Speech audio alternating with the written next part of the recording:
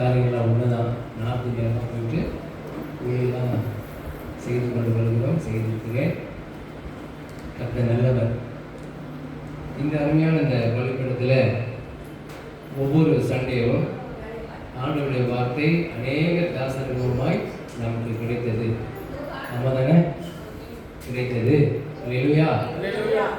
இப்பொழுதும் இன்றைக்கும் கூட அவருடைய வார்த்தை இந்த குறிப்பிட்ட மூலமாய் ஆண்டவர் நமக்கு ஒரு பெரிய ஒரு வார்த்தையை தருவார் என்று நம்புகிறேன். உங்கள் எல்லாருக்கும் முதல் வணக்கத்தை தெரிவித்துக் கொள்கிறேன். ஒரு மிக முக்கியமான ஒரு செய்தி உங்கள்கிட்ட சொல்ல போகிறேன். என்னென்னா, அநேகருக்கு அநேக கிருபைகள் கிடைத்திருக்கிறது. கிருபை எல்லாருக்கும் இருக்குது இல்லைங்களா? ஒவ்வொருக்கும் ஒரு விதமான ஒரு கிருபை என்று நம்ம நம்புகிறோம். ஆண்டவர் நமக்கு அப்படியே அருள் செய்கிறார். அநேகர் பிரசங்கம் பண்ணும் பொழுது அற்புதமான கிருபைகளை பெற்று அழகாக தூங்குவாங்க. ஆமே மெசேஜ் கொடுக்கும்போது அது ஒரு கிருபை இல்லைங்களா? நிறைய பேர் தூக்கத்துக்காக மாத்திரைலாம் போட்டு நைட்டில் தூங்குறாங்க. ஆனால் இங்கே பார்த்தீங்கன்னா அவங்களுக்கு தெரியப்படுத்தணும், இங்கே வந்து உட்காருங்க, இந்த மாத்திரையே போட வேண்டாம்னு சொல்லலாம். அப்படி ஒரு கிருபை நிறைய பேர் கிடைக்குது. ஒருவேளை அப்படிப்பட்ட கிருபை இங்கே யாருக்கும் இருக்குன்னா தயவுசெய்து ஜோம் பண்ணிக்கங்க. ஆண்டவரே அந்த கிருபை இப்போ வேண்டாம் அப்படின்னு சொல்லிடுங்க. அப்போ நம்ம மூச்சுட்டு உட்காரலாம் இல்லைங்களா? சரி, பசங்க அப்படி வேணும்னு விட்டுருங்க, கண்டுக்காதீங்க, விட்டுருங்க. நீங்கள் தயவுசெய்து நீங்கள் ரொம்ப கவனமாக ஒரு கொஞ்ச நேரம் தான் அநேக செய்திகளை நாம் கேட்டுருக்கோம். இன்றைக்கும் ஆண்டவர் நம்ம மத்தியில் ஒரு சில காரியங்களை வெளிப்படுத்த விரும்புகிறார். அது என்னவென்றால், இந்த பரிசுத்த பைபிளில் நான் இன்னொரு கேள்வி மட்டும் கேட்கணும்னு நினைச்சேன் நான். ஆனால் வந்திருக்கிறவங்கலாம் இன்னைக்கு ஜெபம் பண்ணிக்கலாம், இன்னைக்கு பைபிள் வாசித்தீங்களா அப்படின்லாம் சொல்லிட்டு கேட்பேன். நான் கேட்க மாட்டேன், கேட்கல. இன்னைக்கு பைபிள் வாசித்தீங்களா, இன்னைக்கு ஜெபம் பண்ணிக்கலாம் நான் கேட்க மாட்டேன். ஆனால் பைபிள் வாசிக்கிற பழக்கம் இருக்குதா? அது ஒரு வாரத்துக்கு ஒரு மட்டும் தாங்க நான் பைபிள் வாசிப்பேன்னா ஓகே, பரவாயில்ல. இல்லை நான் தினந்தோறும் வாசிப்பேனாலும் பரவாயில்ல. இல்லையா, டைம் இல்லை, மாதத்துக்கு ஒரு முறை தான் வாசிப்பேன். எப்படியோ ஒன்று பைபிள் வாசிக்கிற பழக்கம் இருக்குதா? இருந்தால் கை கொடுத்துங்க பார்க்கலாம். Super, thank you. அது எப்படியும் தான் இருக்கலாம். ஆனால் பைபிள் வாசிக்கிற பழக்கம் இருக்கணும். ஜெபிக்கிற பழக்கம் உங்களுக்கு எல்லாருக்கும் இருக்கும். சரிங்களா? சரி. பரிசுத்த பைபிள் ஒரு முக்கியமான ஒரு வசனம், எல்லாருக்கும் தெரிஞ்ச வசனம் நினைக்கிறேன். ரோமர் 5ஆம் அதிகாரம் 8வது வசனம். யாராவது ஒருவர் வாசிப்பீங்களா? ரோமர் 5ஆம் அதிகாரம் 8வது வசனம்.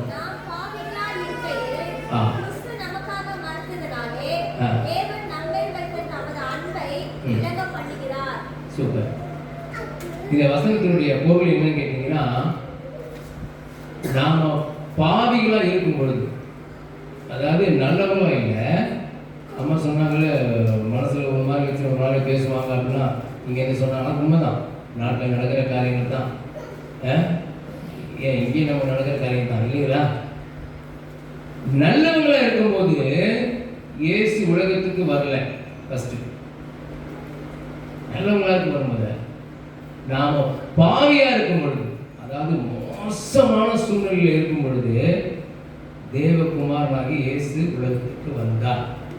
இன்னைக்கு நிறைய விஷயங்கள் உலகத்தில் நடக்குது. பலவிதமான போதனைகள் போய் கொண்டிருக்கிறது, பலவிதமான நடவடிக்கைகள்லாம் இருக்குது. ஆனா இயேசு உலகத்துக்கு வந்த நோக்கம் அநேகருக்கு தெரியல.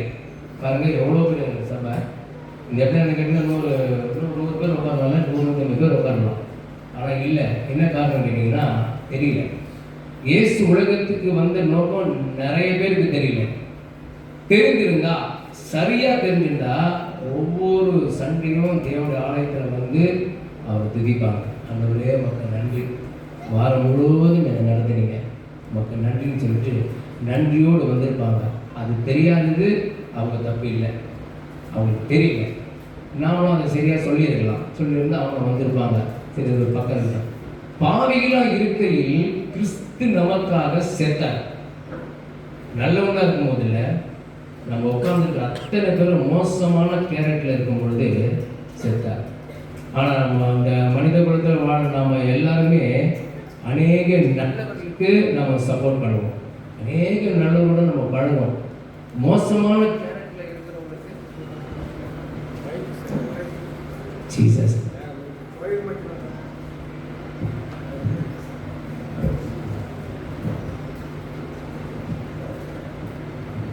ஜீசஸ். மோசமான கேரக்டரில் இருக்கிறவங்களுக்கு ஆண்டவர் உலகத்துக்கு வந்தார்.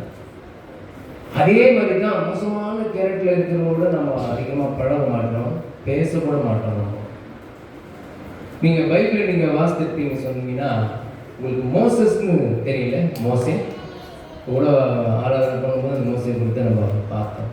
இஸ்ரேல் ஜனங்கள் அந்த எகிப்திலிருந்து கொண்டு வரப்பட்டாங்க. அப்படி இந்த ஸ்டோரி அப்படியே கேளுங்களேன், அப்படி ரைட்டாக மைண்டில் அப்படியே கேளுங்க வரும்பொழுது. ஆனால் இஸ்ரேல் ஜனங்க வந்து அந்த எகிப்தில் எவ்வளோ கஷ்டப்பட்டாங்கன்னு சொல்லிட்டு நம்ம எல்லாம் தெரிஞ்சிருக்கிற விஷயம் தெரியல உங்களுக்கு. ரொம்ப கண்ணீர், அவங்க சாப்பாடு கூட கசப்பாக இருந்துச்சு, கண்ணீரின் பாதையில் போயிட்டு இருந்தாங்க. மோசமான நிலைமையில அழுகுகள் பயங்கரமாக இருந்தது.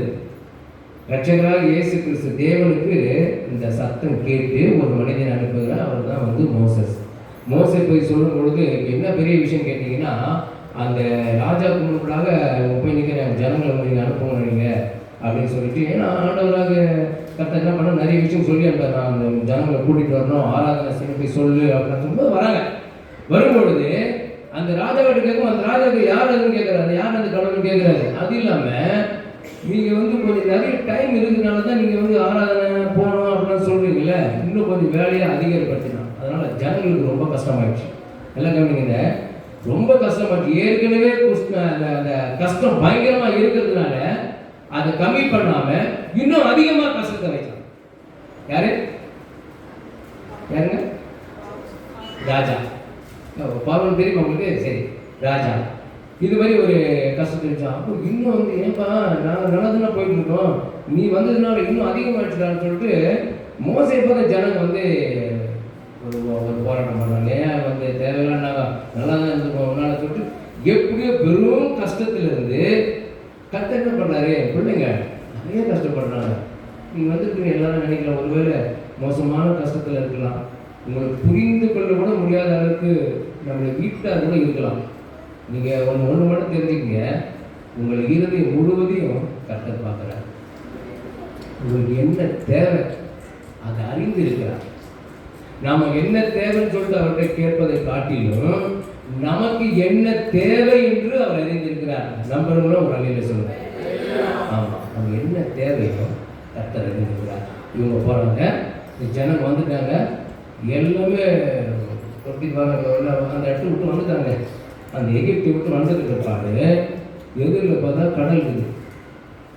இன்னும் அந்த ஜனங்களுக்கு ரொம்ப கஷ்டமாயிடுச்சு. என்னையா நீ வந்து இந்த கடல் சாப்பிட்டு கொண்டு வந்து பின்னால் அந்த எல்லாம் வராங்க, ராஜாலாம் வராங்க, அவ்வளோதான் போச்சு. இன்னும் கோவம் பயங்கரமாக இருக்குல்ல, அந்த இடத்துல உங்களுக்கு அந்த அற்புதம் தெரியும். கடல் ஆண்டவர் பிரிச்சாரு, வந்துட்டாங்க. இது எல்லாம் செஞ்சு முடிச்ச பிறகு ஒரு நாள் மோசைகள் சொல்லும்போது மக்கள் எல்லாருமே 3 நாள் பரிசுத்தமாக இருக்கணும், 2 நாள் பரிசுத்தமாக இருக்கணும், 3ஆம் நாள் நீங்கள் வந்து நிற்கும் பொழுது நான் வருவேன், மக்களுக்கு பிரமாணங்களை நான் கொடுக்க போகிறேன்னு சொல்லிட்டு தேவனாய் கர்த்தர் வந்து மோசைக்கிட்ட சொல்கிறாரு. இவங்க போயிருக்கிற இடம் வந்து இந்த பக்கம் சீனாய் மலை, இந்த பக்கம் ஆப்போசிட்டில் இங்கே இருக்கிறாங்க. இதுதான் மலை. மோசை மட்டும்தான் அழகாக போகிறாரு, வர்றாரு. அங்கே நடக்கிறது எங்கே சொல்கிறாரு, மக்கள் என்ன சொல்கிறாங்க அதை நடக்குது. நீங்கள் அதை எபிரேயரை நீங்கள் படிச்சிங்கன்னா, அது எபிரேயர் 19 அதிகாரத்தில் நீங்கள் அப்படியே படிச்சு வந்தீங்கன்னா உங்களுக்கு இப்போ பார்க்காதீங்க, வேண்டாம் படிக்க வேண்டாம், அதுலேருந்து வந்தீங்கன்னா தெரியாத விஷயம். இப்போ என்ன சொல்கிறா, 2 நாள் மக்கள் வந்து பரிசுத்தமாக இருக்காங்க, சூப்பராக இருக்காங்க. 3ஆவது நாள் வந்து அங்கே நிற்கணும். மோசைக்கிட்ட தேவனாகி கர்த்தர் சொல்கிறாரு, இப்போ மக்கள் ஜனங்க வந்து யாருமே இந்த மலைக்கு அடிவாரத்துக்கு வரணும், யாருமே மலைக்கு ஏறக்கூடாது அல்லது மலையை தொடக்கூடாது. காரணம் என்னன்னு கேட்டிங்கன்னா, அப்படி வந்தாங்கன்னா அவங்க என்ன ஆயிடுவாங்கன்னா செத்து போயிடுவாங்க. நல்லா பாருங்க, நம்முடைய தேவனாகி கர்த்தர் எப்பேற்பட்ட பரிசுத்தம் உள்ள தெய்வம். அந்த பரிசுத்தத்திற்கு எந்த மனிதனும் கிட்டவே வர முடியாது. ஏன்னா அந்த பரிசுத்தமே அந்த மனிதனை வந்து காலி பண்ண காரணம். அந்த மனுஷன் வந்து பரிசுத்தம் இல்லாதவர். இதுதான் விஷயம். ஒரு பயங்கரமான பார்வை. கர்த்தர் மிகவும் பரிசுத்தமான தெய்வம். ஜனங்கள்கிட்ட சொல்லு, யாருமே மனையை தொடக்கூடாது, அப்படியே நிற்கிறது. வந்தாங்க 3ஆவது நாள் ஆண்டவர் மோசை மட்டும் இங்கே உள்ள வாங்க கூப்பிட்டாரு. மோச உள்ள போகிறாப்புல, மலைக்குள்ள கொடுமுடியில் போய் நிற்கிறாப்புல. தேவன் அங்கே வரும்பொழுது ஒரு சம்பவம் நடக்குது அந்த இடத்துல. இடி முழக்கம், இடி முழக்க சத்தம், இடி முழக்க சத்தம். ரெண்டாவது இந்த மலையில் வந்து புகை, கருப்பு புகை அப்படியே இறங்குது. மின்னல். இதெல்லாம் சும்மா ஒரு கற்பனை பண்ணி பாருங்க. நம்ம மழை டைமில், சரியான மழை டைமில் மின்னல் போகுது, மின்னல் பயங்கரமாக போகுது, வெளியே வர மாட்டாங்க. இடி இடிக்கும் பொழுது கூட வெளியே வர மாட்டாங்க. ஆமாம் தானே? நீங்களாம் பார்க்கலையா? பார்த்துருக்கீங்களா? அவ்வளோ பயங்கரமாக இருக்குது இந்த இடம். சத்தம், பயங்கரமான சத்தம், புகைக்காடு, இதெல்லாம் பார்க்கும்போது அந்த மலை வந்து ஷேக் ஆகுது, எத்த போய்க்குமே ஷேக் ஆகுது. இது இந்த மக்கள் பார்க்குறாங்க, பயந்துடுறாங்க. இது தெய்வம் அப்படியே பயந்துட்டு ஒரு ஸ்டெப்பு பின்னாடி வந்துடுறாங்க. இவ்வளவும் அங்கே நடக்குது.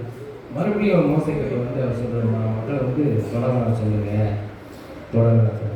அவ்வளவு பயங்கரமான காட்சி. கடைசியாக அந்த மோசைக்கிட்ட இந்த மக்கள் சொல்கிறாங்க, ஒரே ஒரு வேண்டுகோள் உங்களுக்கு நான் சொல்கிறேன், என்னன்னு கேட்டிங்கன்னா, அவர் பேச வேணாம், நீங்கள் பேசினா போதும், மறுபடியும் இந்த சத்தத்தை நாங்கள் கேட்கக்கூடாது, எங்களுக்கு பயமாக இருக்குதுன்றாங்க. என்ன புரியுது உங்களுக்கு? இருந்து எவ்வளோ அன்பான தெய்வம் கஷ்டத்தில், பயங்கரமான போராட்டத்தில் இருக்க மக்களை விடுதலை பண்ணி கூட்டிட்டு வராரு. ஆனா மக்களுடைய ஸ்டேட்மெண்ட் என்ன சொல்றாங்கன்னா, மறுபடியும் இந்த சத்தத்தை நாங்க கேட்க வேண்டாம். அவ்வளவு பயங்கரம், பயமா இருக்குது. சில சமயத்துல மோசஸ் அங்க போயிட்டு வரும்போது அந்த மனுஷன் முகத்தை பார்க்கறதுக்கே பயமா இருந்துச்சு. அதனால முகத்தை கூட அந்த மனுஷனை பண்ண மூடிட்டான். அவ்வளோ பிரகாசமா இருக்குது. பைபிள்ல ஒரு இடத்துல சொல்லப்பட்டிருக்குது, ஒழிந்து போகிற அந்த ஊழியத்தின் மகிமை அவ்வளவு பெரிதாக இருக்குமானால் அப்படின்னு பவுல் இடத்துல சொல்றார். அந்த ஊழியம் வந்து ஒழிந்து போகக்கூடிய மோசஸ் செஞ்ச ஊழியம் எவ்வளவு பயங்கரமான ஒரு சூழ்நிலையில கூட்டு வராது. மக்கள் வேணாம்பா, நம்ம பார்க்க வேண்டாம், இந்த சத்தம் எங்களுக்கு பயத்தை உண்டாகுது அப்படின்னு சொல்றாங்க. இதுவரையும் உங்களுக்கு புரிஞ்சுதா? புரிஞ்சுது இல்லை? இப்போ நீங்கள் எபிரேயருக்கு எழுதின நிருபத்தில் நீங்கள் கேளுங்க, இதை குறித்து பவுல் என்ன சொல்றார். ரட்சகராகிய தேவன் நமக்கு கொடுத்த அந்த மிகப்பெரிய ஒரு ரட்சிப்பு எவ்வளவு பெரிதென்று இன்னைக்கு ஒரு சும்மா லைட்டா பார்க்கணும். எபிரேயர்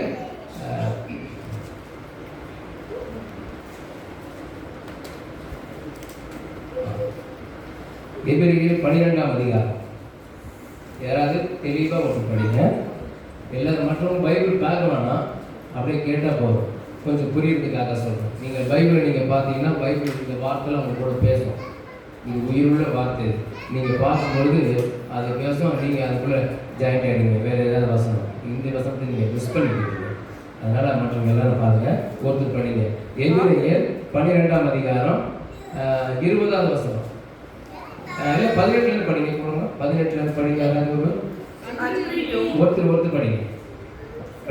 அன்றியும் கூடியதும் அக்கினி பற்றி எரிகிறதுமான மலையின் இடத்திற்கும் மந்தாரம் இருள் பெரும் காற்று ஆகிய இவைகளின் இடத்திற்கும் எக்கால முழக்கத்தின் இடத்திற்கும் வார்த்தைகளுடைய சத்தத்தின் இடத்திற்கும் நீங்கள் வந்து சேரவில்லை. இப்ப பாருங்க, இவ்வளவு விஷயம் நடக்கும்போது அன்னைக்கு மோசஸ் இருக்கும் பொழுது காலத்துல அந்த சீனாய் மலையில இவ்வளவு காரியம் நடக்கும்போது இந்த மக்கள் அங்க போய் நின்னாங்க. அதை பார்த்ததும் ஒரு சில பேர் வந்துட்டு, இந்த சத்தம் எங்களுக்கு வேண்டாம், இந்த குரலே எங்களுக்கு வேண்டாம், ஏன்னா பயமா இருக்குது எங்களுக்கு அப்படின்னு சொன்னாங்க. இப்போ அதை வந்து இவர் மோசஸ் சொல்றாரு, இவரு பவுல் சொல்றாரு. படிங்க. அந்த சத்தத்தை கேட்டவர்கள் பின்னும் தங்களுக்கு வார்த்தை சொல்லப்படாதபடிக்கு வேண்டிக் கொண்டார்கள். ரிக்வெஸ்ட் பண்றாங்க.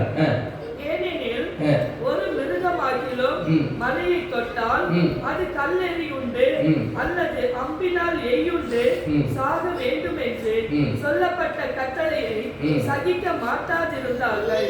மோசேயும் நான் மிகவும் பயந்து நடுங்குகிறேன் என்று சொல்லத்தக்கதாக அந்த காட்சி அவ்வளவு பயங்கரமாய் இருந்தது. அந்த காட்சி மோசஸ்க்கே பயமாயிடுச்சு. அடிக்கடி போய் தேவனோட உறவு கொள்ளுகிற மோசஸ்க்கும் அவ்வளோ பெரிய அந்த காட்சி பயங்கரமாக இருக்கு. காரணம் என்னன்னு கேட்டீங்கன்னா, நம்ம தேவனாகிய கர்த்தர் அவ்வளவு பயங்கரமான ரொம்ப பரிசுத்தமான இந்த ஒரு காரியத்தை நிறைய பேர் எடுத்து சில பேர் என்ன செய்யறாங்கன்னா, ஜபம் பண்ணலன்னா ஆண்டவர் அடிச்சிடுவார் இதுதான் சொல்கிறாங்க. நிறைய பேர் பயத்தில் வாழ்வும் இல்லாமல் சாவும் இல்லாமல் இப்போ இங்கே இருக்கிறதா எங்கே கூடாதான்னு கூட நிறைய பேர் பயந்துட்டு இருக்காங்க. ஏன்னா தேவனாகிய கர்த்தரை இயேசு கிறிஸ்துவை அப்படி பிரதிபலிக்கிறாங்க. நிறைய பேர் இருக்காங்க. நீ காலையில் ஜோம் பண்ணியா? ஓ ஜோம் பண்ணல, அதே அவ்வளோதான். அப்புறம் எப்படி நல்லா உருக்குள்ள நல்லா இருக்கேன் இதெல்லாம் சொல்கிறாங்க. இதெல்லாம் சொல்லியிருக்காங்க. அம்மா சொன்னாங்க, பிள்ளைகளை நம்ம எப்படி வளர்க்கணும், நல்லா ஒழுக்கத்தில் வளர்க்கணும்னு சொல்லி சொன்னாங்க. 100க்கு 100 உண்மை. அப்படிதான் வளர்க்கணும். பிள்ளைகளை அப்படி வளர்த்தா தான் பெரிய வயசுல நல்லா இருக்கும். ஆனால் எனக்கு கிடைத்த எங்கள் அப்பா அம்மா எனக்கு அப்படி வளர்க்கவே இல்லை. கேட்டீங்கன்னா, எனக்கு ஒரு 4 வயசு இருக்கும்பொழுது எங்கள் அம்மா எங்கள் அப்பாவை விட்டுட்டு ஓடிக்கிட்டீங்க. காரணம் என்னன்னு கேட்டிங்கன்னா, எங்கள் அப்பா மிகவும் குடிக்காரு. பயங்கர குடிச்சிட்டு எங்கள் அம்மாவை போட்டு அடி பின்னி அடிப்பாங்க. எங்கள் அம்மாவோட வாழ்க்கையே வாழ முடியல. நான் 2வது பையன், வீட்டுக்கு நான் 2வது பையன். எங்கள் அப்பா அவ்வளோ ஒரு மோசமான கேரக்டராக இருந்தார். படிப்பு சொல்லிக் கொடுக்கல, எனக்கு சரியானதில் வளர்க்கல. எங்கள் அம்மா 4 வயசில் விட்டு போயிட்டாங்க. சின்ன பையன் வயசுல விட்டு போயிட்டாங்க. குடிகார அப்பாவோட நான் இருக்கணும், இதே என் வாழ்க்கை. எனக்கு தெரியல, கண்ணீர் விட்டு எங்கள் அம்மா இல்லைன்னு சொல்லிட்டு அழுது. அப்போ நான் தெரியல, அம்மா தேடி பார்த்தா கிடைக்கல. அப்பா இது ஒரு விஷயம் சமாதானப்படுத்தி விட்டாரு. அப்பா எனக்காக இன்னொரு கல்யாணம் பண்ணிக்கிட்டாராங்க. பண்ணிக்கிட்டு நாங்கள் அப்படி தான் வாழ்ந்தோம். 18 வயசு ஆகும்பொழுது எங்கள் அப்பாவும் செத்துட்டார். ஆனால் அந்த சின்ன வயசுல எங்கள் அப்பா என்ன செய்வார்னா, ஒரு பொண்ணு கொடுத்து சாராயம் வாங்கிட்டு சொல்லி அனுப்பார். இந்த நாட்டில் கடமார்க்கு ஒரு சாராயம் 50 மில்லி 100 மில்லி விற்பாங்க. அதை வாங்கிட்டு சொல்லுவார் எங்கள் அப்பா. ₹1 கொடுப்பாரு, 50 மில்லி வாங்கினா பண்ணுவார். நான் நேராக அங்கே போவோம், 50 காசு கொடுத்து வாங்கிட்டு எக்ஸ்ட்ரா அதில் சோடா ஊற்றி 100 மில்லி வாங்கின்னு சொல்லிட்டு 50 காசு அங்கேயே கமிஷன் வச்சு பாக்கெட்டை போடுவேன். இப்படிலாம் நான் எங்கள் அப்பா கூட இருந்தேன். அவரும் எனக்கு சரியான வளர்ப்பு வளர்ந்துட்டேன். வளர்ந்த பிற்பாடு அப்பாவுடைய அதே பழக்கம் எனக்கு வந்தது. அப்பாவுடைய அதே பழக்கம் எனக்கு வந்து என்னை யாரும் சரியாக வளர்க்கல. இதுதான் நல்லது கெட்டதுன்னு சொல்லிக் கொடுக்கல. எங்கள் அப்பாவும் செத்துட்டாரு, அனாதை ஆயிடுச்சு. அந்த இடத்துல ஒரு பாட்டியம்மா, நான் இருந்த இடத்துல ஒரு பாட்டியம்மா என்னை வளர்த்து ஒரு அற்புதமான ஒரு திருமணம் பண்ணி கொடுத்தாங்க. அருமையான மனைவி எனக்கு கிடைத்தாங்க. அந்த மனைவிக்கு நான் எங்கள் அப்பா என்ன செய்தாரோ அதே மாதிரி தான் நானும் செஞ்சேன். அது அப்படியே வம்சாவளியில் அப்படியே வந்துட்டே இருப்பாங்க. என்ன சொல்கிறேன், நான் உலகத்தில் பிரவேசிக்கிற பாவம் ஒரு மனுஷனை நிம்மதியாக இருக்க விடாது.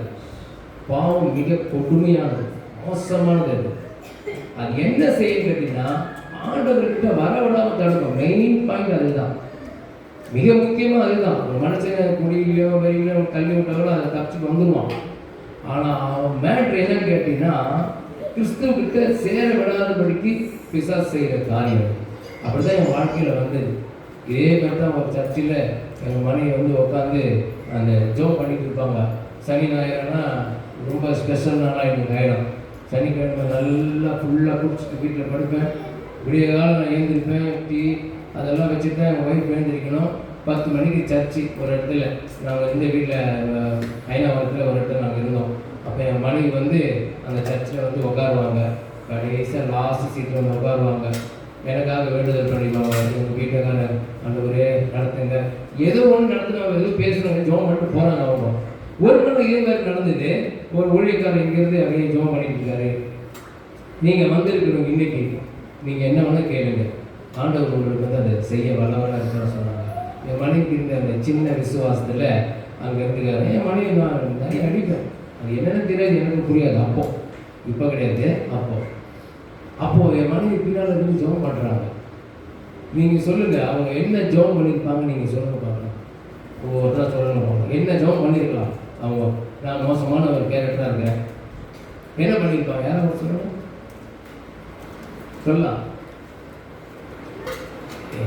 என் கணவர் பிடிக்காமல் இருக்கணும் அப்படின்னு ஜெபம் பண்ணியிருப்பாங்க இல்லைங்களா? ரெண்டாவது என்ன பண்ணியிருக்கலாம், பயங்கரமாக அடிக்கிறாரு, என் கணவர் அடிக்காமல் இருக்கணும் ஜெபம் பண்ணியிருக்கலாம்.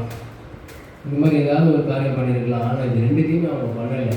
அவங்க பண்ண மிகப்பெரிய காரியம் ஆனவர்களுக்கு பார்த்துட்டு இருக்காங்க. அந்த ஊழியக்காரன் ஜோம் பிரசங்கம் பண்ணிக்கிறாரு, கேட்க சொல்கிறாரு. அந்த வீட்டார் வந்து தலைவர் பட்டுங்கிறாரு. என்ன கேட்குறதுனால அவங்க முட்டி போட்டு கண்ணீர் வலிச்சு பண்ண ஒரு ஜெபம். அதுவே இந்த ஊழியக்காரர்கள் பேசிட்டு இருக்காரு, இயேசு நல்லவர் பேசிட்டு இருக்காரு, இயேசு உங்களுக்கு சமாதானத்தவர் பேசிட்டு இருக்கிறாரு. வீட்டில் எங்கள் வீட்டுக்காரர் படுத்துக்கிறாருல, இந்த மாதிரி ஒரு நாள் எங்கள் வீட்டுக்காரர் வந்து உங்களை பற்றி பேசினாங்க. இப்படி ஒரு ஜெபம் பண்ணாங்க. ரொம்ப நேர்மையான ஜெபம். பாருங்க, நம்ம வேண்டிக் கொள்வதற்கும் நினைப்பதற்கும் மேலான காரியங்களை செய்யக்கூடியவர் தான் ராஜா. என் மனைவி நினைக்கும் போது இன்னைக்கு மிகப்பெரிய ஒரு சந்தோஷம். எங்களுக்கு திருமணமாகி 28 வருஷம் ஆகுது. 28 வருஷம், எனக்கு 24 வயசுல திருமணம். அது சூழ்நிலை எனக்கு ஏற்பட்டுச்சு. 28 வருஷம் ஆகுது. இதுவரையில எனக்கு ஒரு காஸ்ட்லியாக இதை வாங்கி கூட அது வாங்கி கூட கேட்டதே இல்லை. ஒரு பெரிய பெருமையாக இருக்குது, மிகப்பெரிய ஒரு மகிழ்ச்சி. கேட்டதெல்லாம் இந்த 5 ரூபா 10 ரூபா இந்த கமரை கட்டு இது மாதிரி தான் கேட்பாங்க, ஆசைப்பட்டு. இதுதான் அற்புதமான மனைவி எனக்கு கொடுத்ததுக்கு காரணம் ரட்சகராகிய இயேசு கிறிஸ்து. பாருங்க, இந்த சப்ஜெக்ட் நம்ம வருவோம். ஏன்னா பிள்ளைகள் வளர்ப்பதை பற்றி சொன்னதுனால நான் அதை சொன்னேன். நானும் அப்படி தான் வளர்ந்தேன். அப்படி வளர்ந்ததுனால ஒரு நாள் இதே மாதிரி நடந்துச்சு. ஒரு டிவியில் பார்த்துட்டு இருக்கேன். டிவியில் டீச்சர்ஸ் திறக்கிறாங்க வந்து இயேசுடைய அன்பை குறித்து சொன்னாங்க. இயேசு உங்களை நேசிக்கிறா சொல்லிட்டு அந்த அன்பை குறித்து சொல்லும்போது கூட நான் என் ஃப்ரெண்டு வீட்டில் ஒரு சண்டே அன்னைக்கு நானும் அதே மாதிரி உட்காந்து அன்னைக்கே காலையிலேருந்து மத்தியானம் வரை நல்லா மூக்கு முட்டை பிடிச்சிட்டு தான் தூங்கிட்டேன். அப்படியே தூங்கிட்ட பேர் சாயங்காலமாக ஒரு 7:30 மணி அப்போல்லாம் வந்து ராஜ் டிவியில் ஜீசஸ் கால்ஸ்லேருந்து பேசுவாங்க. தீனகரன் அவர்கள் பேசுவாங்க. உங்களுக்கு நிறைய பேருக்கு தெரியுமா தெரியல. அது நைட் 8:30 மணிக்கு பேசுவாங்க. அந்த குடி போதில் எழுந்துச்சு அப்படியே உட்காந்து அப்படியே கேட்குறேன். கேட்கும்போது டிஜே சென்டர் அந்த இயேசுடைய அன்பை குறித்து ஒவ்வொன்றா சொல்ல சொல்ல சொல்ல சொல்ல கண்களிலிருந்து தண்ணி பயங்கரமாக வந்துச்சு. இவ்வளோ பேர் நல்ல ஆண்டவர் நம்ம இது பண்ணிட்டோங்க அப்படின்னு சொல்லிட்டு அந்த அன்பு தாங்க என்னை மாற்றினது, வேறு இதே இல்லை. அன்னையிலேருந்து என் வாழ்க்கையில் ஒரு புது மாற்றத்தை ஆண்டவர் கொடுத்தார். இதுக்காக நான் கட்ட நன்றி செலுத்திருக்கேன். ஓகேங்களா? ஆண்டவர் கொடுத்த ரட்சிப்பு எவ்வளோ பேசணும்னு கேட்டிங்கன்னா, அவ்வளோ பெரிய பயங்கரமான ரட்சகர், அவ்வளோ பெரிய தேவனை நாங்கள் பார்க்கக்கூடாதுன்னு சொன்னோம். இப்போ இந்த இடத்துல வந்து நீங்கள் எங்கே வந்து நீங்கள் சேரலைன்னா, இப்போ வந்து பவுல் சொல்லப்படுற காரியம் எப்பன்னு கேட்டீங்கன்னா, கிறிஸ்துவுக்கு பின்னாடி, அதாவது இயேசு வந்ததுக்கு அப்புறம் இந்த விஷயத்த சொல்றார். முன்னாடி நம்ம வாசனை பார்த்தீங்கன்னா, மோசே இருந்த நாட்களில் இயேசு உலகத்துக்கு வரலை, ரட்சிப்பு அப்படி இருந்தது. அப்படி எப்படி நடத்தினாலும் அந்த வழியில போயிட்டு இருந்தது. இப்போ பவுல் இந்த எபிரேயர்ல சொல்லும் பொழுது இயேசு வந்து போயிட்ட பிற்பாடு சொல்றார். பாருங்க, அதுக்கப்புறம் நீங்களோ சீயோன் மலையின் இடத்திற்கும் ஜீவனுள்ள தேவனுடைய நகரமாகிய பரம எருசலேமின் இடத்திற்கும் 1000-10,000 தேவ தூதர்களின் இடத்திற்கும் பரலோகத்தில் பேர் எழுதி இருக்கிற முதற் பேரானவர்களின் சர்வ சங்கமாகிய சபையின் இடத்திற்கும் யாவருக்கும் நீதிபதியாகிய தேவனிடத்திற்கும் பூரணராக்கப்பட்ட நீதிமான்களுடைய ஆவிகளின் இடத்திற்கும் புது உடன்படிக்கையின் மத்தியஸ்தராகிய இயேசுவின் இடத்திற்கும் ஆபேலினுடைய ரத்தம் பேசினதை பார்க்கிலும் நன்மையானவைகளை பேசுகிற ரத்தமாகிய தெளிக்கப்படும் ரத்தத்தின் இடத்திற்கும் வந்து சேர்ந்தீர்கள். நாம இப்போ எங்க நீங்க வந்து சேர்ந்திருக்கிறீங்கன்னா அந்த சீன்ல கிடையாது, அதை விட பயங்கரமான சீன்ல நீங்க வந்து சேர்ந்துட்டீங்க. இவர் எதை வச்சு சொல்றாரு கேட்டீங்கன்னா, இப்போ அங்க இருக்கிற மக்களுக்கு என்ன சொல்றாருன்னா, இயேசு உலகத்துக்கு வந்த பிற்பாடு முதல் இயேசு வந்த நோக்கம் கேட்டாங்கன்னா, கெட்டு போனதை ரட்சிக்க வந்தாங்க, அல்லது செத்து போனவர்களை அல்லது குழியில் விழுந்தவர்களை தூக்குவதற்காக வந்தவர் இயேசு கிறிஸ்து. இயேசு கிறிஸ்து வந்து போனதுக்கு அப்புறம் இயேசு தாட்ஸ் எல்லாம் என்னன்னு கேட்டீங்கன்னா, அவரை போல மாற வேண்டும். இங்க இயேசு கிறிஸ்து இருக்காருன்னா இது பக்கத்தில் நான் நிற்கணும் அப்படின்னு அவர் விரும்புகிறார். இது விரும்புறதுக்கு காரணம் யாருன்னு கேட்டீங்கன்னா தேவன். அதனால தான் யோவான் 3:16 நம்மளுக்கு எல்லாரும் தெரிஞ்ச வசனம் என்ன கேட்டீங்கன்னா, தேவன் தம்முடைய ஒரே பேரான குமாரனை விசுவாசிக்கிறவன் எவனோ, அது எவனா இருக்க விசுவாசிக்கத்தக்கவன். பாருங்க, நிறைய இடத்துல வந்து இப்படி சொல்லப்படுது, நான் ஜெபம் பண்ணதுனால தாங்க, நான் முட்டி போட்டு டே நைட்டு ஜெபம் பண்ணனால தான் அவன் ரட்சிக்கப்பட்டான் அப்படின்னு நிறைய பேர் சொல்லியிருக்கிறாங்க, நான் கேட்டிருக்கிறேன். ஆனால் அது இல்லை.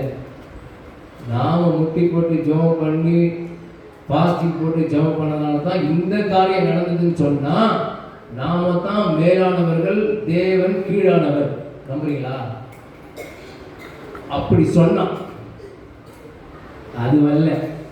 வசனம் என்ன சொல்றது கேட்டீங்கன்னா, தேவன் தம்முடைய ஒரே பேரான குமாரனை விசுவாசிக்கணும் எவனோ. நம்ம பரிந்து பேசணும். அதுக்காக ஜெபம் பண்ண கூடாதுன்னா கண்டிப்பா பண்ணணும். ஜெபம் வந்து ஒரு கட்டாயத்தின் பேர்ல பண்றது வந்து நிலைக்காது. எப்பவுமே நீங்க படிக்கிறவங்க பாருங்க, புக்கை வச்சு நல்லா மனப்பாடம் பண்ணுவாங்க. மனப்பாடம் பண்ணி பண்ணி பண்ணி அவங்க மறந்துடுவாங்க. சிலது அப்படியே அப்படியே எழுதுவாங்க. அது விஷயம் இல்லை. அதை படிச்சுட்டு இருதயத்தில் வச்சு சொந்த வாக்கியத்தில் எழுதுறாங்க பார்த்தீங்களா, அதுதான் டாப். அதான் மிகப்பெரிய டாப். தேவன் தாங்க நம்ம மேல அன்பு செலுத்திருக்கிறார். முதல் வசனம் நம்ம படித்தோம், நாம பாவிகளாக இருக்கையில் கிறிஸ்து நமக்காக மரித்ததினால். நல்லவனா இருக்கும்போது இல்லை, ஒருத்த மோசமான ஒரு சூழ்நிலை இருக்கிறான்னா அவனுக்காக இயேசு பரிதவிக்கிறார். நான் ஒரு தம்பி கிட்ட கேட்டேன், கிறிஸ்தவ தம்பி கிட்ட, தம்பி 2 காரியம் ஒன்று கேட்குறேன். நான் சொன்னேன், என்னண்ணா அப்படின்னா, இல்லை இப்போ தேவனாய் கர்த்தர் எங்கே இருக்கிறான்னு கேட்டேன். எல்லா இடத்துலையும் இருக்கிறாரு அப்படின்னு சொன்னேன். கரெக்ட், சூப்பராக சொன்னாங்க, எல்லா இடத்துலையும் இருக்கிறாரு. சரி, ஒயின் ஷாப்பில் இருப்பாருன்னு கேட்டேன். அந்த இடத்துல நான் இருப்பாரு. இன்னும் நீ தான் எல்லா இருப்பாருன்னு சொன்னால் ஒயின் ஷாப்பில் கூட இருக்க மாட்டாங்க, நினைக்கிறியா? இருக்க மாட்டாருண்ணா. சரி, ஒயின் ஷாப்பில் ஏன் இருக்க மாட்டாரு? அப்போ பாவம் நிறைந்த இடம்.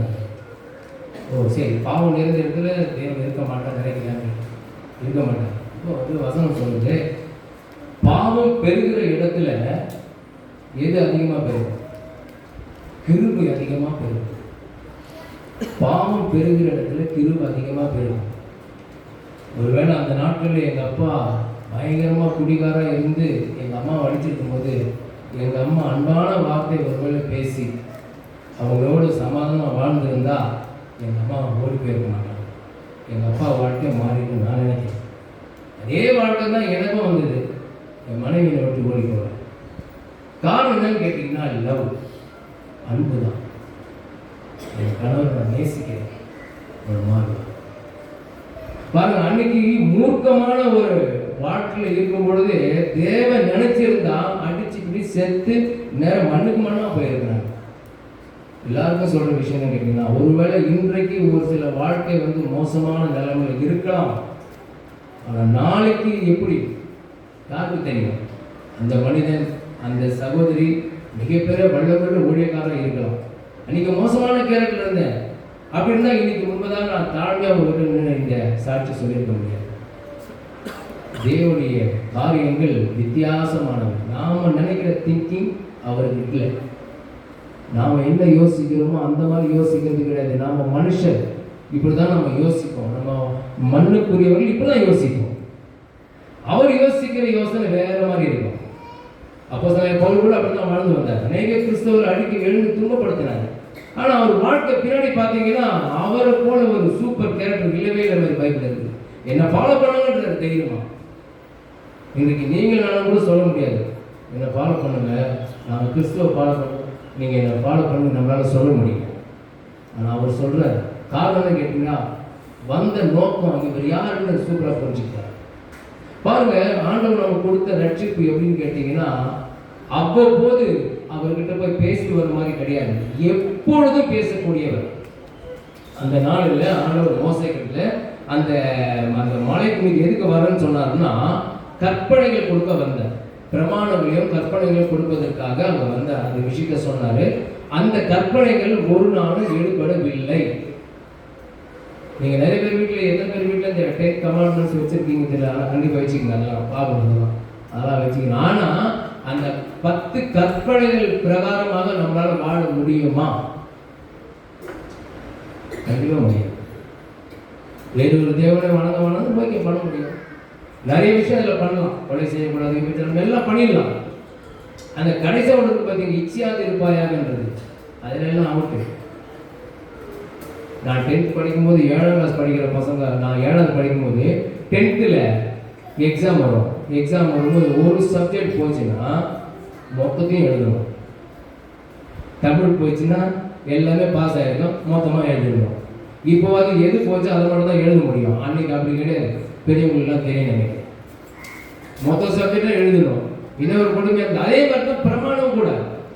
ஒன்றை கடைபிடிச்சு ஒன்றை விட்டுட்டுமா அவுட்டு, பாவம் வெயிட் பண்ணுறோம். அப்போ இந்த ரட்சிப்பு எப்படி தான் கிடைக்கும்? நீங்க பாருங்க, ஒரு இன்னொரு கேள்வி கூட எழுப்பணும். நாங்க கிறிஸ்தவ வாழ்க்கை ஈஸியா கஷ்டமானு கேட்டாங்க. என்ன கேட்டாங்க? ஒரு சகோதரர் கேட்டாங்க, கிறிஸ்தவ வாழ்க்கை ஈஸியா கஷ்டமா? இப்போ உங்களை நான் கேட்குறேன், கிறிஸ்தவ வாழ்க்கை ஈஸியா கஷ்டமா கேட்டேன், நீங்க என்ன சொல்லுவீங்க? கஷ்டமா ஈஸியா? எப்படி சொல்றது தெரியல. பதில் இல்லை. கஷ்டம் சொல்லலாமா ஈஸின்னு சொல்லலாம். ஆனா நிறைய பேர் இருதயத்துல கஷ்டம் தான் இருக்கும். ஆமா தானே? ஆமா. நிறைய ஒரு மாதிரி பாக்குறீங்க. புரியல நான் சொல்றது. கிறிஸ்துவுக்குள் வாழ்கிற வாழ்க்கை ஈஸியா கஷ்டமா? கஷ்டம். எல்லாரும் கஷ்டம்ங்களா? கஷ்டமா? ஈஸியா கஷ்டமா? ஈஸியா சொன்னது அவரை முழுமையா புரிந்து கொண்டு அவர்களை வரும்போது ஈஸி. சரி, ஓகே. அடுத்தது வேற யாரும் ஈஸி சொன்னாங்களா? சொன்னா யாரு? அச்சல் இல்லை, புரிஞ்சுட்டு சொன்னோம். அப்பதான் தெரியும், கடவுள் புரியும். அதான் ஈஸி அப்படின்னு சொல்றது. நிறைய பேர் அன்னைக்கு கஷ்டம் சொன்னாங்க. எங்களுக்கு கேள்வி எழுப்பினவர் ரொம்ப ஈஸிங்க. கடவுள் அறிவியா ஈஸி? என்னையா ஈஸின்ற? ஆமா ஈஸி தான். கிறிஸ்துவுக்குள் வாழ்கிற வாசம் ஈஸிங்க, கஷ்டம் கிடையாது. அப்படி பெரிய கஷ்டம்னா அப்படிப்பட்ட கஷ்டத்தை தேவனாகிய கர்த்தர் இயேசு நமக்கு கொடுப்பாரா? முதல் கேள்வி. நம்மளை கஷ்டப்படுத்துவது இயேசு பிரியமாங்க? இதையே கொடுத்துட்டேன், இதை கொடுக்குறீங்கன்னா என்ன பெரிய விஷயமா? என்ன கீபேர்டு இது கொடுக்க மாட்டேன்னா நான் என்னையே ஒன்று கொடுத்துட்டேன்னு சொல்கிறேன் இயேசு. அப்போ கீபேர்டு கொடுக்க மாட்டேன்னா? அப்போ நான் கேட்குறதுன்னா, இயேசு நம்மளை கஷ்டப்படுத்த விரும்புவாரா? எனக்கிட்ட இல்லைங்க, இயேசு கஷ்டப்படுத்த விரும்ப மாட்டார். அப்போ கிறிஸ்துவுக்குள் வாழ்கிற வாழ்க்கை நிறைய பேருக்கு கஷ்டமாக இருப்பதுக்கு காரணம் என்ன? அப்படி ஒரு கேள்வி வருது. புரியுதுங்களா? புரியுதா உங்களுக்கு? எல்லாரும் கஷ்டம் தாங்க. ஏன் கஷ்டம் கேட்டாங்க? இல்லைங்கய்யா, காலையில் 4:30 மணிக்கு எழுந்து ஜோம் பண்ணோம், 5 மணிக்கு ஜோம் பண்ணோம். சரி, 5 மணிக்கு தூங்கிட்டு 6 மணிக்கு எழுந்திருப்பேன்னு கேட்டேன். 6 மணிக்கு எழுந்திருப்பேன். சரி, அப்போ ஜோம் பண்ணுவேன். அதான் டைம் போயிடுச்சு. டைம் போனால் என்னன்னு கேட்டேன். அதனால அவங்க நினைப்பு, பைபிள் படிக்கணும்னு எழுதி உட்காருறேன், அப்படியே தூக்கம் வரல எனக்கு. ஸோ இதனால தான் கஷ்டம்னு சொல்றியா? இல்லை, வாழ்க்கை வாழ முடியல, ரோட்டில் போக வாழ முடியல, வீட்டில் வாழ முடியல. ஏன் பெரிய கேள்வி என்ன கேட்டீங்கன்னா, அவர் பரிசுத்தம் உள்ள தெய்வம் தான் விஷயமே. இந்த பரிசுத்தம் உள்ள தெய்வத்துக்கு கிட்ட போய் நம்மளால் நிற்க பயம். ஒரு பரிசுத்தம் உள்ளவங்க, தேவனை போல பரிசுத்தம் உள்ள ஒருவருமே இல்லை. ஒத்துக்கிறீங்களா? நிறைய பேருக்கு தெரியும், உலகத்துக்கே தெரியாது. உலகத்துக்கே தேவன் பரிசுத்தம் உள்ளவர், இயேசு பரிசுத்தம் உள்ள எல்லா இந்து முஸ்லிமுக்கும் தெரியும், ஒத்துக்க மாட்டார். அவர் ஒருவர் மாத்திரம் தான் பரிசுத்தம். அந்த பரிசுத்தத்துக்கு முன்பதாக எதுவுமே நிற்க முடியாது. அவ்வளோ பெரிய ஹோலி. அவருக்கு முன்பதாக நிற்க ஒரே ஒருத்தருக்கு மட்டும்தான் தகுதி. அது யாருன்னு கேட்டீங்கன்னா, இயேசு கிறிஸ்து மட்டும்தான். தேவன் பட்சிக்கிற அக்னியாக இருக்கிறார் என்று சொன்னாலும் அவர் பேர் என்னன்னு கேட்டீங்கன்னா, தேவன் அன்பாகவே இருக்கிறார். அன்பாகவே இருக்கிறார்னா தேவனுக்குள்ள இருக்கிற கட்டளை கிடையாது. தேவனுக்குள்ள அன்பு இருக்குதுன்றது வேற. தேவனே அன்பா இருக்கிறார். அதாவது அவர் தான் அன்பு, கடவுள் அவர் தான் அன்பு. அவ்வளோ அன்புள்ள தெய்வம் என்ன செய்யறாரு பார்த்தீங்கன்னா, பக்கத்தில் வச்சுக்கொள்ள ஆசைப்படுறாரு. அவர் பக்கத்தில் கூடவே இருக்குன்னு ஆசைப்படுறாரு. பிரமாணங்கள்ல அந்த நாட்கள் பிரமாணம் தேவாலயத்தை கட்டி அதில் தேவன் உலாவணும்னு சொல்லிட்டு ஆசைப்பட்ட காலம் அங்கே தான் வருவாங்க. புதிய உடன்படிக்கையில அவர் விரும்புகிற தேவாலயம் எதுன்னு கேட்டால் அவங்களுக்கு நல்லா தெரியும். நம்ம இருக்கிறதே இதுக்குள்ள வந்து வாசம் பண்ணணும்னு ஆசைப்படுறாங்க. அவ்வளோ பெரிய பரிசுத்தம் உள்ள தெய்வம் மோசமான கண்டெய்னர் இருக்கிற நம்ம இருதயத்துக்குள்ள எப்படி வாசம் பண்ண முடியும்? புரியுதுங்களா? நான் பாவி, எனக்குள்ள எப்படி வாசம் பண்ண விரும்புகிறார்? அது சாத்தியமாது? உண்மையிலே சாத்தியம் இல்லாத காரியம் தான். சாத்தியம் இல்லாத காரியம் எப்பன்னா, இயேசு உலகத்துக்கு வருவதற்கு முன்பதான். இயேசு உலகத்துக்கு வந்த பிற்பாடு அது 100% சாத்தியம். அன்றைக்கி கரங்கள்ல தேவன் அவ்வளோ பயங்கரமுள்ள தேவன், அவ்வளோ பரிசுத்தமுள்ள தேவன், அவ்வளோ அன்புள்ள தேவன் கைகளினாலே இந்த கட்டளைகளை எழுதி கொடுத்து மோசைக்கிட்ட கொடுக்கும்போது மோசை அந்த கோபத்தில் உடைச்சு போட்டுட்டாரு. ஜனங்கள் செய்த பாவத்தை உடைச்சு போட்டாரு. அவ்வளோ கோபம். ஆனாலும் தேவன் அது பெரிய மேட்டர் எடுக்கல, அது பெருசாக எடுக்கல. மறுபடியும் கூப்பிட்டு கழுவுறாரு, மறுபடியும் கூப்பிட்டு பண்றாரு. என்ன செய்யணும், என்ன செய்யணும்? எவ்வளோ பிரமாணங்களை கொடுத்தும் இந்த ஜனங்க வந்து திருந்த மாட்டாங்க. இந்த பிரமாணம் ஆகும்னு சொல்லிட்டு இந்த கட்டளை கொடுத்தா தேவன் ஒரே ஒரு காரியத்தை செய்தார். ரோமர் 8ஆம் அதிகாரம், ரோமர் 8 இந்த வசனம் நீங்கள் படிச்சிருக்கீங்க நினைக்கிறேன். ரோமர் 8ஆம் அதிகாரம் முதல் ஒரு 3 வசனம் கொஞ்சம் படிங்க ப்ளீஸ். ஆனபடியா ரோமர் 8:1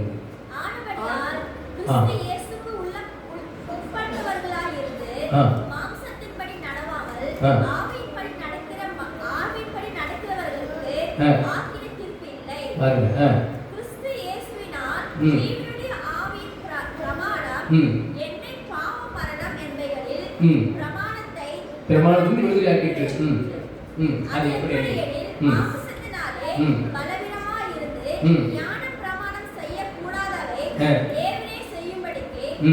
அதாவது எப்படின்னு கேட்டீங்கன்னா, மாம்சத்தினாலே பலவீனமாயிருந்த நியாய பிரமாணம் செய்யக்கூடாததை 10 கட்டளை எது கொடுக்கிறாருன்னா, இவன் ஒழுங்கா வாழணும், இவன் பரிசுத்தமாய் வாழணும்னு சொல்லி கொடுத்தாரு. அதுதான் நியாய பிரமாணம். இந்த பிரமாணம் வந்து இவனை சுத்தமாக்கன்னு சொல்லிட்டு தேவன் விரும்பினார், நடக்கல. அது பலவீனமா இருந்து நியாய பிரமாணம் செய்யக்கூடாதவை. அதுக்கப்புறம் பாருங்க, தேவனே செய்யும்படிக்கு தம்முடைய குமாரனை பாவ மாம்சத்தின் சாயலாக பாவத்தை போக்கும் பலியாகவும் அனுப்பி மாம்சத்திலே பாவத்தை ஆக்கினைக்குள்ளாக தீர்த்தார். பாவத்தை ஆக்கினைக்குள்ளாக தீர்த்து முடித்தாயிற்று. யாரால கேட்டீங்கன்னா, இயேசு கிறிஸ்துவால இந்த ஆக்கினை தீர்ப்பை எடுத்துட்டார். எடுத்து இப்போ வந்து பர்ஃபெக்டா வச்சிருக்காரு. இப்போ இதுதான் ரட்சிப்பு. இப்போ இதை என்ன செய்யணும் கேட்டீங்கன்னா, ஒரு மனுஷன் ஜஸ்ட் விசுவாசிக்கணும், அவ்வளவுதான். ஆண்டவரே நான் நம்புறேன், என் பாவத்துக்காக நீங்க ரத்தம் சிந்தினீங்க, நான் நம்புறேன் அப்படின்னு இருதயத்தில் விசுவாசித்துட்டு வாயில ஒரு மனுஷன் அறிக்கை செய்யும் பொழுது அவன் எப்படிப்பட்டவனாய் மாறுகிறான்னு கேட்டீங்கன்னா, ரட்சிக்கப்படுகிறான். இந்த பக்கத்திலையும் பார்த்தீங்கன்னா அழகா போடுது, இலவசமாய் அவருடைய கிருபையினாலே கிறிஸ்து இயேசுவின் மீட்பை கொண்டு நீதிமான்கப்படுகிறார்கள். விசுவாசத்தை கொண்டு தாங்க, விசுவாசத்தை கொண்டு, அந்த கிருபையினால விசுவாசத்தை கொண்டு நாமெல்லாம் எப்படி மாற்றப்பட்டிருக்கோம்னு கேட்டீங்கன்னா, நீதிமான்களாக மாற்றப்பட்டிருக்கோம். அதனால சொன்னாங்க, எப்பா நீங்க எங்க வந்து சேர்ந்தீங்க தெரியுமா? அந்த மலைக்கிட்ட வரலப்பா, சர்வ சேனை கிட்ட வந்திருக்கிறீங்க. எவ்வளவு பரலோக தூதர்கள் இருக்காங்க, அங்க வந்திருக்கிற தெளிக்கப்படும் ரத்தத்துக்கு முன்பதாக வந்திருக்கிறீங்க. நீங்க சாதாரண ஆளு, நீங்க விசுவாசத்தை ஆண்டவர் ஏற்றுக்கொள்வது. நீங்க எங்க வந்து நிக்கிறீங்க கேட்டீங்கன்னா, பரிசுத்தமுள்ள ஒரு இடத்துக்கு வந்து நிக்கிறதுக்கு காரணம் என்ன கேட்டீங்கன்னா, நீங்க எல்லாருமே நீதிமான் அப்படின்னு சொல்றாரு. தேவனுக்கு முன்பதாக ஒரு மனிதன் நிற்க வேண்டும் என்றால் ஒரே ஒரு தகுதி தான் தெரியுங்களா? நீதிமான் என்கிற தகுதி இருந்தா தான் தேவனை முகமுகமாய் பார்க்க முடியும், பேச முடியும். அந்த காரியம் எனக்கு இல்லாம போயிடுச்சு. அவ்வளவு பரிசுத்தமுள்ள தேவனாக இருந்தனால இவர் பார்த்தாரு, இனி இது சரி வராது, பிரமாணம் சரி வராது, கட்டளைகள் சரி வராதுன்னு முடிட்டாரு. இப்போ அடுத்த காரியம் நம்ம என்ன செய்யலாம்? நாம தான் போனோம் சொல்லிட்டு இயேசுவே உலகத்துக்கு வந்து ஒட்டுமொத்த பாவத்தையும் தன் மீது போட்டுக்கொண்டு சிலுவையில் போய் மரித்தார். சிலுவை தான் என்ன மிகப்பெரிய முக்கிய. சிலுவையில் செய்த காரியம்தான் நமக்கு மிகப்பெரிய ஒரு ரட்சிப்பு. ரொம்ப பெரிய ரட்சிப்பு. அதை நம்மகிட்ட அழகாக கொடுத்துட்டு போயிட்டார். இந்த ரட்சிப்புனால தான் நீ இங்க வந்து பேசுற.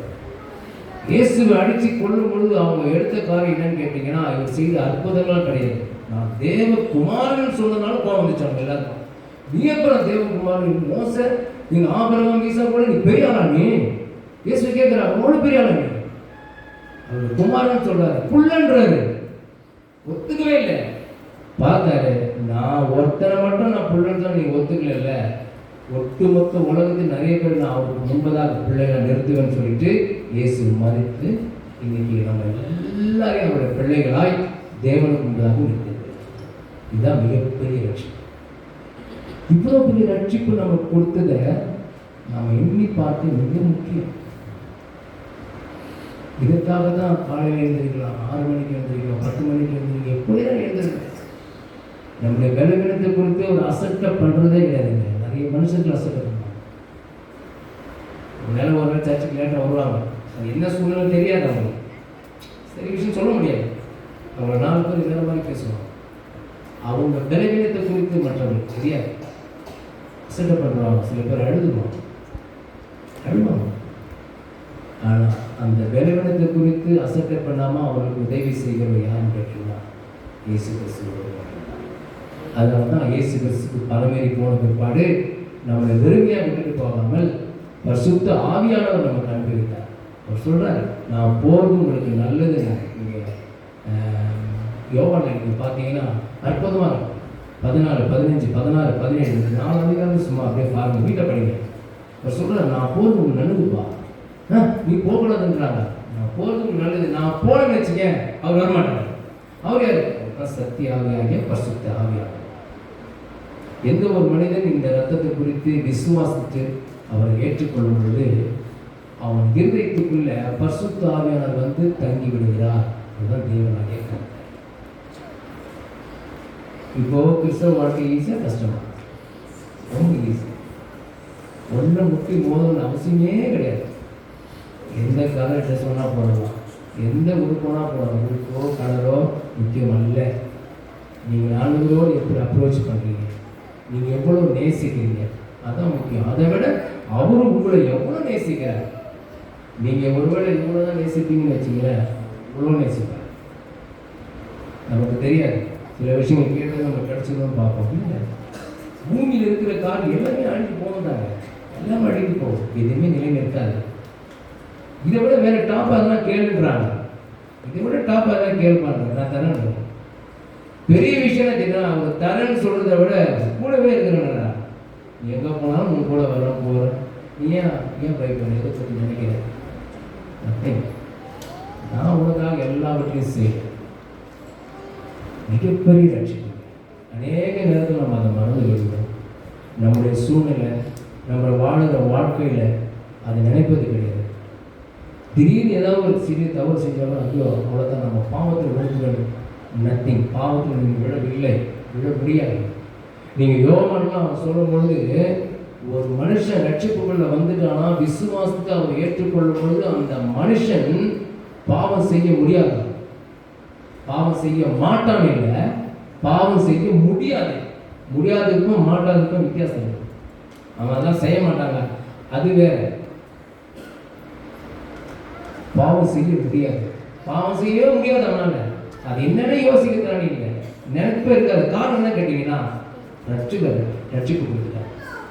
புதிய உடன்படிக்கையில் அவர் என்ன செய்கிறார் கேட்டீங்கன்னா, பழைய சபைக்குள்ள இல்ல, இருதயத்துக்குள்ள வந்துட்டு அவர் தன்னுடைய இருதயத்தில் என்ன செய்கிறார் கேட்டீங்கன்னா, அவங்க இருதயத்துக்குள்ளே நான் எழுதுவேன், இந்த பிரமாணங்களை எழுதி அதன்படி நடக்க நான் செய்து கொடுப்பேன், அவன் நடத்துவேன். பிரமாணத்தை இருதயத்துக்குள்ள நமக்கு எழுதியிருக்காங்க. யாரெல்லாம் விசுவாசிக்கிறீர்களோ, எவரெல்லாம் விசுவாசிக்கிறீர்களோ அவர்கள் இருதயத்தில் தேவனாகிய கர்த்தர் புதிய உடன்படிக்கை எழுதுகிறார். புதிய உடன்படிக்கை எழுதி அதன்படியே நான் நடத்துகிறவர் தான் விஷயம். இதை பொறுத்து அஞ்ச வேண்டாம், பயப்பட வேண்டாம். நம்முடைய சாட்சிகள் மிக முக்கியம். நம்ம பைபிள் வாசிக்கணுமா, கனி வாசிக்கணும். ஜெபம் பண்ணணுமா, கண்டிப்பாக ஜெபம் பண்ணணும். அதை ஒரு கட்டளையாய் காலையில கிறிஸ்தவர்லாம் ஏறி ஜெபம் பண்ணணும், பைபிள் வாசிக்கணும் அப்படி இல்லை. நான் சொல்றது ஆட்டோமேட்டிக்காக அவங்க செய்வோம், ஆட்டோமேட்டிக்காகவே செய்வோம், ஆட்டோமேட்டிக்காக செய்வோம். போலீஸ் உடைய போட்டால் போலீஸ்காரங்க சொல்லணும்னு அவசியம் இல்லை, செய்யணும் தெரியும். டாக்டர் உடைய போட்டால் என்ன செய்யணும் தெரியும் அவங்களுக்கு. அது மாதிரி தான் நம்ம கிறிஸ்தவ பிள்ளையா ரட்சிப்பு நமக்கு ஆண்டவர் கொடுத்து உண்மைன்னு நம்ம நம்பணுமா, நாம் என்ன செய்வோம் நமக்கு அழகாக தெரியுங்க. அத்தனை ராத்திரி ஏற்றி உட்காந்து சோப்பன பண்ணுவோம், அத்தனை ராத்திரி அவர்கிட்ட பேசிட்டு இருப்போம். ஒரு மிகப்பெரிய ஊழியக்காரர் அவர் பரிசுத்த ஆவியானவர் கேட்டு கட்சியில் ரெஸ்ட் ரூமில் போய் தான் அவருக்கு பரிசுத்த ஆவியானவர் கிடைக்கப்பட்டது. ரெஸ்ட் ரூமில் போய் ஜோம் பண்ணிக்கிறார். அது கண்டினியூஸ் அது. அப்பப்போ ஜோம் பண்ணுறாரு. ரெஸ்ட் ரூம்லேயே ஒரு ஆண்டவர் அவருக்குள்ளே இறங்கிட்டார். அவ்வளோ பேர் சாட்சி. ஆண்டவர் மிகப்பெரிய நாம் நினைக்கிற மாதிரி அவர் நினைப்பாருன்னா இல்லை, நாம் பேசுகிற மாதிரி அவர் பேசுவார்னா இல்லை, நாம் எவ்வளோ அன்பு செலுத்துகிறோமோ அப்படிதான் செலுத்துவார்னா இல்லை. இது ரட்சிப்பு வேற, இது கொடுத்தாயிற்று. நீங்கள் உட்காந்துருக்கிற அத்தனை பேருமே யாருன்னு கேட்டீங்கன்னா நீதிமான்கள் சொல்லிட்டு பைபிள் உங்களுக்கு சொல்லுது. அதை ஒற்றுக்கொள்ள திராணி நம்மகிட்ட இருக்கிறவங்க தான். நீங்கள் உட்காந்துருக்கிறவங்க நான் நீதிமான்களே நினச்சிட்டீங்கன்னா நீங்கள் நீதிமான்களே தான். இல்லை நான் நீதிமான் தான், என்னுடைய இதில் தான் இல்லை, நீதிமான் தான். நேற்று மாலையில் தான் எனக்கு சொன்னாங்க, இந்த மாதிரி சர்ச்சையில் போய் நீங்கள் பேசணும்னு சொல்லிட்டு. திடீர்னு சொல்கிறேன் பாருங்க, என்ன திடீர்னு சொல்கிறேன், எப்பயுமே ஆயத்தமாக இருக்கணும்ல. ஆண்டோட பிள்ளை தானே கேட்டாங்க. ஒரு வார்த்தை ஸ்டக்குன்னு ஆணிச்சு நேரம் ஓகே. நான் வரும்போது கூட என்ன ஆண்டவரை பேசுறது, நான் எப்படி என்ன புரியல போது அப்படி யோசிக்க வந்தேன். இன்னும் எப்படி என்ன பேசுவேன், என்ன எழுதி வச்சு பேசும்போது அவர் நீ பெரிய உன்னுடைய தகுதியோ உன்னுடைய இதோ கெட்டப்போ ஒன்றும் கிடையாது, நான் சாதாரண அனுப்போ அப்படின்னு மைண்டு ஆண்டவர் பேசலாம். ரொம்ப தைரியமாக வந்துட்டேன், நான் ரொம்ப தைரியமாக வந்துட்டேன். ஏன்னா விஷயம் யாருன்னு கேட்டீங்கன்னா அவர் தான். உங்களை என்னையும் அழகுபடுத்துகிறவர், நம்மளை ஒரு சில இடத்துல உயர்த்தி நம்மளை புகழ்வதற்கு காரணம் யாருன்னா ரட்சகர் தான். நல்ல ஒரு நல்ல குடிகாரம் எல்லாருக்கும் உட்கார வச்சு நம்மளை வாழ்த்துவோமா, அவங்கள வாழ்த்துவோமா, வாழ்த்த மாட்டோம். ஏன்னா அவங்க கேரக்டர் அப்படி இருக்குது. அது ஆண்டவர் மாற்றிப்பாரு, கேரக்டர் அப்படி இருக்குது. ஆனால் நிறைய பேர் பையன் சாப்பிடலாம் போடுறாங்க. இதெல்லாம் காரணம் யாரும் கேட்டா ஜூலியஸ் சீசர் கிடையாது. ஜூலியஸ் சீசர் அழகுபடுத்தி வச்சிருக்காரு, அவர் சுத்தம் பண்ணியிருக்கிறாரு, இவன் என் புள்ளன்னு சொல்லியிருக்கிறாரு. அதற்காகத்தான் இதெல்லாம், அதற்காகத்தான் இங்கேருந்து பேசுகிற காரியம் கூட. இல்லைன்னா நீங்கள் யாரெல்லாம் ஒத்துக்குவோமா, சும்மா போட்டு ஒத்துக்குவோமா, இல்லை. ரட்சகர் பண்ணுற காரியம் நம்மளை இன்னும் பண்ணுறாங்க. இந்த இடம் நிரம்புறதுக்கு காரணம் நாமளாக இருக்கணும். அநேக பேருக்கு இந்த அன்பு கொடுத்து சொல்லணும், ரட்சகர் பெருசுப்பா, நீ வச்சிருந்த இந்த குடிப்பழக்கத்தோடு அவர் பெரியவர், அவர் உன்னை தொடுவார், உன்னை ரட்சிக்க வல்லமுள்ளவர், வாப்பா அப்படின்னு சொல்லி வச்சுக்கோங்க. சொல்லிட்டு நம்ம வந்துடுவோம். அது கிரியை செய்யும். தேவனுடைய வார்த்தையெல்லாம் புலமிடப்பட்டவைகள். அந்த வார்த்தை போய் கஷ்டம் அந்த காரியத்தை செய்து முடிக்கும். எத்தனை பேர் புரியுது இந்த ரட்சிப்பை குறித்து? எத்தனை பேர் புரியுது? நிறைய பேர் புரிஞ்சிருக்கலாம். ரொம்ப இலவசமாக ரொம்ப ஈஸியாக ஆண்டவர் வைத்திருக்கிறார்.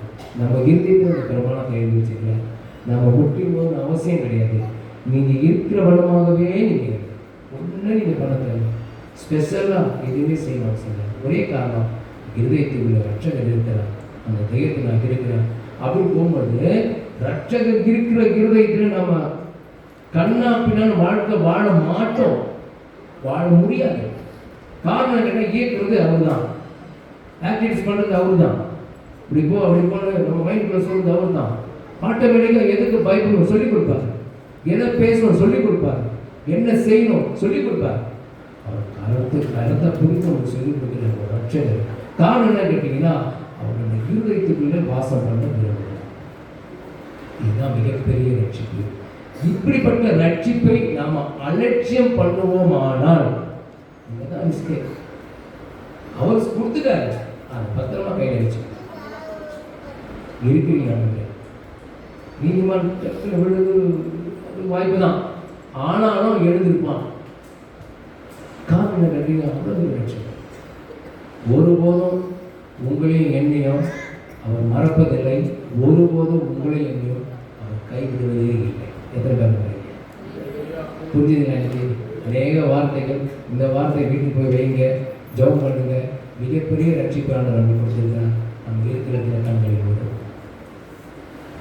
எல்லாரும் கண்களை போடும். ரட்சகரே, இந்த வார்த்தைக்காக நன்றி. இயேசுவே, இந்த வார்த்தைக்காக நன்றிங்க. ஒவ்வொருவரும் இருதயத்தில் கேட்போம், அப்பா உண்மையிலே நீங்கள் கொடுத்த ரட்சிப்பு பெருசாப்பா, இந்த ரட்சிப்பு பெருசுன்னு சொல்லுங்க. இந்த இருதயத்துக்குள்ளே நீங்கள் யோசிங்க.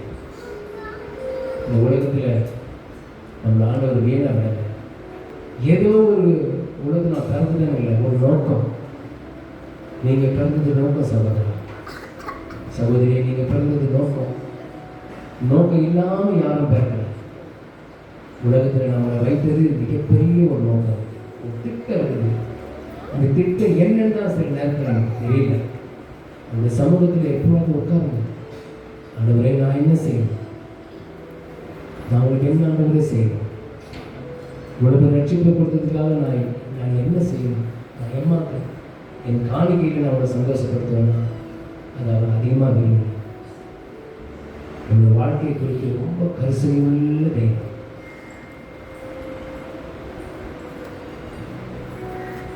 ஜீசஸ், பரலோக பிதாவே, நாங்கள் மகிமைப்படுத்தினப்பா, அமர்ந்திருக்கிற ஒவ்வொருவரையும் என்னையும் மக்கள் போட்டிருக்கீங்க. மிகப்பெரிய ரட்சிப்பை நீங்கள் கொடுத்திருக்கீங்க. எங்களை உண்மை போல மாற்றி தேவன் முன்பதாக எங்களை உட்கார வைத்திருக்கிறீர்கள். மிகப்பெரிய ஒரு ரட்சிப்பை எங்களுக்கு கொடுத்திருக்கிறீங்க அப்பா. இதற்காக நாங்கள் நன்றி செலுத்துகிறேன். ஒவ்வொருவரையும் அன்பின் கருத்துக்குள் போகிறோம். ஆசீர்வதிங்க. இந்த வார்த்தைகளை நாங்கள் அதிகமாக நேசிக்க யோசிக்க உதவி செய்ய நீங்கள் எங்களோடு கூட இருக்கிறீங்க. மிகப்பெரிய தைரியத்தோடு நாங்கள் இன்றைக்கு வீட்டுக்கு திரும்புகிறோம். எந்த வேளையிலும் எங்களோடு கூட நீங்கள் இருக்கிறீங்க, எங்களோடு கூட இருக்கிறீங்க. நன்றி செலுத்துகிறோம். தொடர்ந்து வழிநடத்தி நாமத்தை மையப்படுத்தி அரியணை கொண்டு வந்து ஆண்டவரே இந்த இடத்துல பேச வைத்ததுக்காக நீங்கள் பேசுனீங்க, என்னை பயன்படுத்தினீங்க, அதுக்காக நன்றி. நடைபெறுவது இந்த ஐயா சபை மக்கள் ஒவ்வொருவரையும் ஆசீர்வதி தொடர்ந்து வேண்டும். நாமத்தை மேம்படுத்தி இயேசுவின் நாமத்தில் வேண்டுகிறோம். நல்ல பிதாவே, ஆமென்.